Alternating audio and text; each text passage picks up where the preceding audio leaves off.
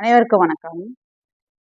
Class 10th மேக்ஸில் chapter 1ல் நம்ம எக்ஸசைஸ் 1.1ல் எல்லா சம்மும் போட்டு வீடியோஸ் அப்லோட் பண்ணிட்டோம். 3 வீடியோவாக போட்டிருக்கோம். அதை பாருங்கள். அதை பார்த்து முடிச்சுட்டு எக்ஸசைஸ் 1.2 பாருங்கள். எல்லா சாப்டருமே கவர் ஆகிற மாதிரி நம்ம லைனாக டெய்லி வீடியோஸ் அப்லோட் பண்ணுவோம். ஃபர்ஸ்ட் கொஸ்டின் பாருங்கள். let a equal to 1, 2, 3, 7 கொடுத்துட்டான். B பார்த்தீங்கன்னா 3, 0, -1, 7. which of the following are relation from A to B? ஒவ்வொன்றா நீங்கள் போட்டு பார்க்கணும். ரிலேஷனாக வருதான்னு பார்க்கணும். ரிலேஷன்னா என்னென்னா, அதாவது இப்போ 2, 1னா 2லேருந்து 1க்கு மேப் போடுவோம். மேப் போடும்போது இது டொமைனில் இருக்கணும், அதாவது ஏல இருக்கணும் ஃபஸ்ட்டு வர elements.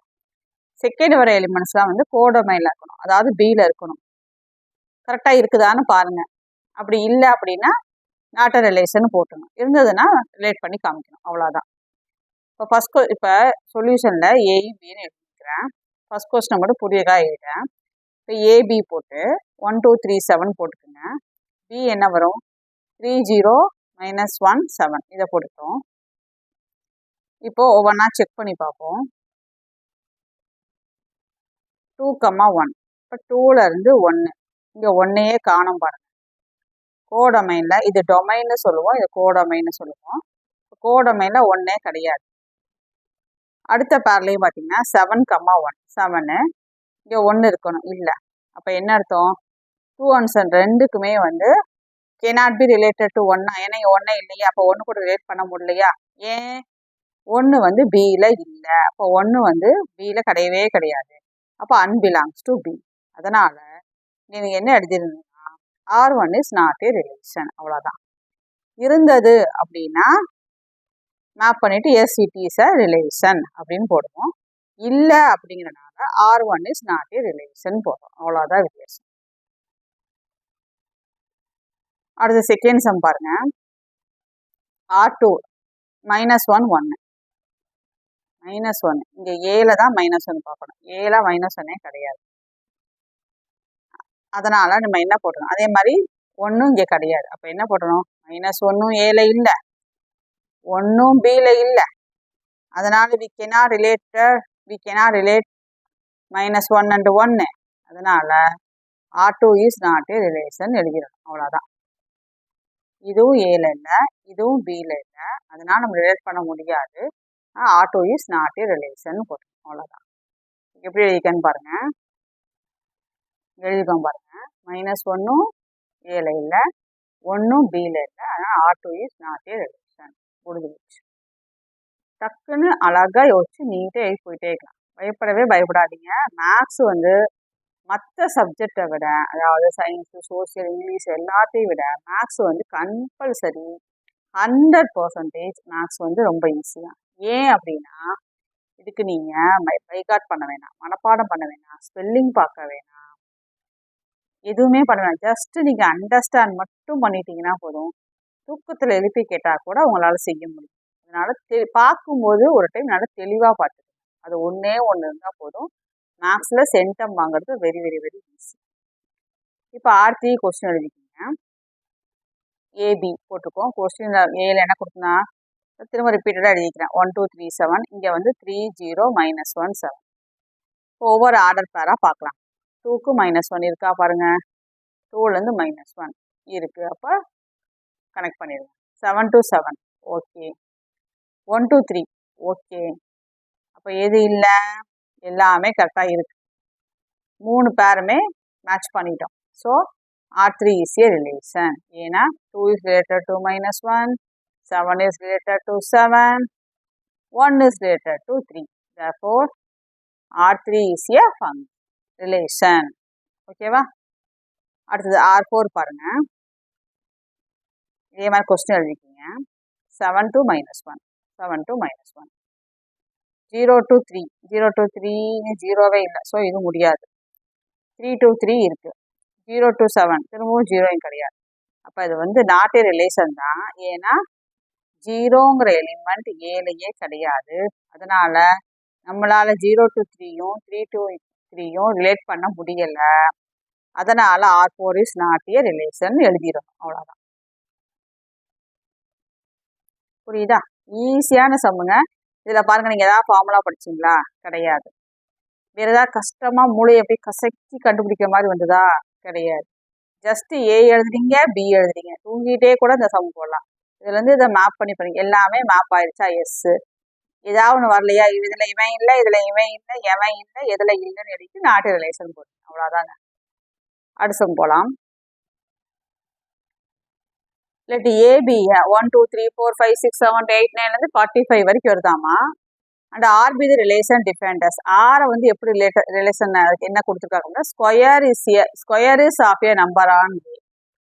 Square is of a number on a. சரிங்களா? அப்போ ஸ்கொயராக இருக்குது. Write R as the subset of A cross A. Also find the domain and the range of R. இது write R as a subset of A cross A. First அப்போ A cross A கண்டுபிடிங்க. கண்டுபிடிச்சிட்டு இந்த square of கண்டிஷனுக்கு வர மாதிரி என்னென்ன பேர் இருக்கோ அதெல்லாம் எழுதினோம்னா நம்மளோட சப்செட் கிடச்சிரும். அதுக்கப்புறம் அதில் வர ஃபர்ஸ்ட் எலிமெண்ட்ல டொமைனில் போடுவோம், செகண்ட் எலிமெண்ட்ல ரேஞ்சில் போடுவோம். இது எப்படி போடணுங்கிறத இப்போ சொல்லியிருக்கேன். எப்படி போடலாங்கிறத பார்க்கலாம். ஃபஸ்ட்டு என்ன பண்ணுறீங்க? A cross A கண்டுபிடிக்கிறீங்க. அதில் வர்ற square is of a number ஆன் ஏன்னு கொடுத்துருக்கா இல்லையா? ஸோ ஸ்கொயர் ஆஃப் கண்டிஷனுக்கு எதெல்லாம் சாட்டிஸ்ஃபை ஆகுதோ அதெல்லாம் எடுத்து ஆர் எழுதிக்கிறோம். அப்புறம் அந்த ஆர்டர் பேர் கண்டுபிடிச்சி எழுதிட்டோம் இல்லையா? அதில் ஃபஸ்ட்டு வர நம்பரெல்லாம் டொமைனில் எழுதணும், செகண்ட் வர நம்பர்லாம் தூக்கி ரேஞ்சில் போகணும். அவ்வளோதான். இப்போ எப்படி போடலான்னு ஒவ்வொன்றா பொறுமையாக பார்க்கலாம். ஃபஸ்ட்டு A cross A கண்டுபிடிக்கணும். இப்போ ஃபஸ்ட்டு ஏ எழுதிக்கணும். A cross A என்ன பண்ணுவோம்? திரும்ப ஏலேருந்து ஏ பண்ணுவோம். இப்படி கனெக்ட் பண்ணிக்கலாம். 1லேருந்து 1, 1 எக்ஸைஸில் படித்தோம் இல்லையா? 1லேருந்து 2, 1லேருந்து 3, அப்படியே போயிட்டு இருக்கு. 1லேருந்து 45. அடுத்து 2லேருந்து 1, 2லேருந்து 2, 2லேருந்து 3, 2லேருந்து 45. அதே மாதிரி தொடர்ந்து எழுதுங்க. 3லேருந்து 1, 3லேருந்து 2, 3லேருந்து 45. அப்படியே போயிட்டே இருக்கும். 4 1 போட்டாவே எது வரைக்கும் எழுதுவோம்? 45 வரைக்கும் எழுதணும், 45 வரைக்கும் எழுதணும். இப்போ 45 1, 45 2லேருந்து 45 45. இப்போ A cross A புரிஞ்சிருச்சு. அடுத்தது ஆர் எப்படி எழுதணும்? Subset of A cross A. என்ன கண்டிஷன் கொடுத்துருக்கான்? ஸ்கொயரா. அப்போ ஆர் ஈக்குவல் டு போட்டு இதில் வந்து ஸ்கொயர் ஆஃப் கண்டிஷன் சாட்டிஸ்ஃபை வர மாதிரி வர ஆர்டர் பேரை மட்டும் செலக்ட் பண்ணணும். இப்போ 1ஓட ஸ்கொயர் என்ன? 1 தான். அப்போ அதை எழுதிக்கலாம். அடுத்த 2ஓட ஸ்கொயர் என்ன வரும்? 4. அப்போ அந்த 2,4. 3ஓட ஸ்கொயர் என்ன? 9. 4ஓட ஸ்கொயர் என்ன? 16. 5ஓட ஸ்கொயர் என்ன? 25. 6ஓட ஸ்கொயர் என்ன? 36. அடுத்து நீங்கள் 7ஓட ஸ்கொயர் போட்டிங்கன்னா 49 வந்துடும். ஆனால் நமக்கு எது வரைக்கும் தான் எடுத்துக்கணும்? 45 வரைக்கும் தான் கொடுத்தனால நம்ம 7,49 எழுத முடியாது. அதனால் 1,1ல் ஆரம்பிச்சு 6,36 வரைக்கும் தான் இந்த ஸ்கொயர் ஆஃப் கண்டிஷனுக்கு சாட்டிஸ்ஃபை ஆகி வர்ற சப்செட். இப்போ அது எழுதியாச்சு. ரெண்டே முடிச்சிட்டோமா? கரெக்டா? இப்போ R is the subset of A cross A. கரெக்டா? இந்த ஆரில் உள்ளது எல்லாமே என்னது? A cross Aவோட சப்செட். அதெல்லாம் இதுலேருந்து தான் இதில் கண்டுபிடிச்ச இது வந்து எல்லாமே இதில் இருக்குதா? அப்போ இது வந்து சப்செட்டுன்னு சொல்கிறோம். R is a subset of A cross A. R is a subset of A cross A. இப்போ டொமைன்னா என்னன்னா, டொமைன்னு போட்டு செட் ப்ராக்கெட் போட்டுக்கோங்க. இந்த பேரில் வர்ற, இந்த ஆர்டர் பேரில் வர ஃபஸ்ட்டு எலிமெண்ட் எல்லாம் எழுதுனீங்கன்னா டொமைன். இப்போ 1, 2, 3, 4, 5, 6 இதெல்லாம் வந்து டொமைன். அடுத்து ரேஞ்சுனா இதில் வர செகண்ட் எலிமெண்ட் எல்லாம் ரேஞ்சு. அப்போ 1, 4, 9, 16, 25, 36 இது வந்து ரேஞ்ச். அவ்வளோதான். புரியுதா பாருங்க? இப்போ A cross A புரிஞ்சிருக்கும். ஸ்கொயர் ஆஃப் செலக்ட் பண்ணுங்க. 1ஓட ஸ்கொயர் 1, 2ஓட ஸ்கொயர் 4, 3ஓட ஸ்கொயர் 9, 4ஓட ஸ்கொயர் 16, 5ஓட ஸ்கொயர் 25, 6ஓட ஸ்கொயர் வந்து 36, 7ஓட ஸ்கொயர் 49 போட முடியாது. ஏன்னா 45 வரைக்கும் தான் செலக்ட் பண்ணணும். So R is the subset of A cross A. Domain பாருங்க. அந்த ஆர்டர் பேரில் ஃபஸ்ட்டு நம்பரெல்லாம் டொமைனில் போட்டோம். ரேஞ்சுன்னா ஆர்டர் பேரில் வர செகண்ட் நம்பரில் தூக்கி ரேஞ்சில் போட்டாச்சு. சரியா? அடுத்த தேர்ட் சம் பாருங்க. A relation R is given by the set x, y, y equal to x plus 3ன்னு கொடுத்துட்டான். x நம்ம இதுலேருந்து எடுக்கணும்னா 0லேருந்து 5 வரைக்கும் எடுத்துக்கலாம். Determine its domain and range. First R போட்டு கொடுத்து எழுதிக்கலாம். எக்ஸ் இதாக எடுக்கணும். ஒய் கோட் என்ன கொடுத்துருக்கான், x+3.